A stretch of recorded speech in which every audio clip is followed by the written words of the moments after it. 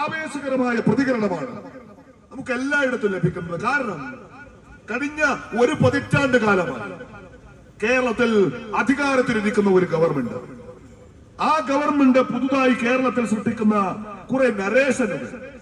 ഈ കാലഘട്ടത്തിലെ രാഷ്ട്രീയത്തിന്റെ സവിശേഷത എന്ന് പറയുന്നത് പുതിയ കാലത്തെ രാഷ്ട്രീയം നിർണയിക്കപ്പെടുന്നത്, രാഷ്ട്രീയം സമ്മതിക്കപ്പെടുന്നത് വസ്തുതകളുടെ അടിസ്ഥാനത്തിലല്ല, ഫാക്ട്സും സത്യവുമല്ല ഈ കാലഘട്ടത്തിലെ രാഷ്ട്രീയത്തെ തീരുമാനിക്കുക. പിന്നെയോ ഇത് നരേഷനുകളുടെ കാലമാണ് എന്നതാണ്.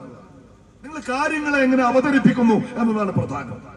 ഒരുപക്ഷെ രണ്ടാം പിണറായി സർക്കാർ കേരളത്തിൽ സംഭവിച്ചത് 2021 തെരഞ്ഞെടുപ്പിൽ കേരളത്തിൽ അതിന്റെ രാഷ്ട്രീയ ചരിത്രത്തിലെ അരനൂറ്റാണ്ടിനിടയിൽ കേരളം ഭരിച്ച ഒരു ഗവൺമെന്റിന് കേരളത്തിൽ ഒരു വലിയ പ്രഖ്യാപനം. എന്തായിരുന്നു ആ പ്രഖ്യാപനം? അവര് പറഞ്ഞത് കേരളത്തെ നമ്മുടെ ഉള്ളിൽ നിന്ന് നമ്മോട് തന്നെ ആരോ പറയുന്ന ഒരു കള്ളം കേരളത്തിലെ മനുഷ്യരുടെ മനസ്സിൽ ഇവർ നട്ടുപിടിപ്പിക്കുക. എന്നിട്ടോ ചൈന കേരളത്തെ അനുമോദിച്ചു എന്നാണ്. അപ്പൊ കേരളത്തിലെ ഒരു മന്ത്രി സജി ചെറിയാൻ അദ്ദേഹം പറഞ്ഞത്, ഞങ്ങൾ ഖത്തറിൽ പോയിരുന്നു. ഖത്തറിൽ പോയപ്പോ അവിടുത്തെ അമീറിനെ കണ്ടു.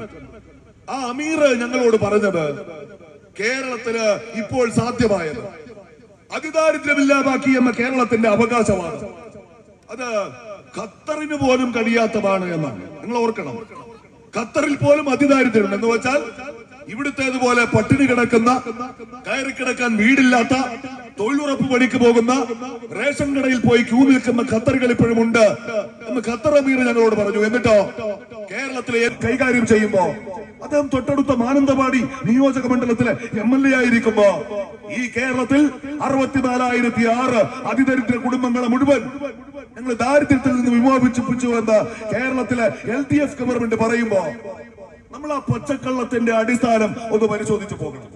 ഇപ്പോ തൊട്ടടുത്ത മാനന്തവാടി മണ്ഡലം, ആ മാനന്തവാടി മണ്ഡലത്തിലെ തിരുനെല്ലി പഞ്ചായത്തുണ്ട്. ഞാനിപ്പോ ഇവിടേക്ക് കടന്നു വന്ന നിങ്ങളുടെ വാർഡിലെ ഒരു സ്ഥാനാർത്ഥി, അദ്ദേഹം ഈ വയനാട്ടിലെ പണിയാദിവാസി വിഭാഗങ്ങൾക്കിടയിൽ ഒരു സന്നദ്ധ പ്രവർത്തകനായി BA പൊളിറ്റിക്കൽ സയൻസിൽ ബിരുദം നേടിയ ഒരാളാണ് എന്ന് ഇവിടെ പറയുന്നത് കേട്ടു. ഞാൻ ആ ചെറുപ്പക്കാരൻ എഴുന്നേറ്റ് വന്നപ്പോ അദ്ദേഹത്തെ ആദരിച്ചു. എന്തുകൊണ്ടാണ് ഞാൻ അദ്ദേഹത്തെ എഴുന്നേറ്റ് നിന്ന് കൈപിടിച്ച് ആദരിച്ചത്? നമ്മുടെയൊക്കെ നാട്ടിൽ ഇപ്പൊ ഡിഗ്രി ഉള്ള ധാരാളം കുട്ടികളുണ്ട്. പക്ഷെ അവർ ഒരു ഡിഗ്രി നേടുമ്പോ അത് കേവലം പഠിക്കുക എന്നതിനപ്പുറത്ത് ആ സമൂഹത്തിന്റെ പിന്നോക്കാവസ്ഥ, അവർ നേരിടുന്ന ദുരിതങ്ങൾ നിങ്ങളുടെ ഗ്രാമപഞ്ചായത്തിലെ ആ ചെറുപ്പക്കാരൻ വളർന്നു വന്നത് എന്നതുകൊണ്ടാണ്. ഈ പ്രഖ്യാപനം നടന്നതിന്റെ പിന്നേ ദിവസം ഇവിടുത്തെ ഒരു യുവ നേതാവ് അല്ലെങ്കിൽ ഒരു സാമൂഹ്യ പ്രവർത്തകൻ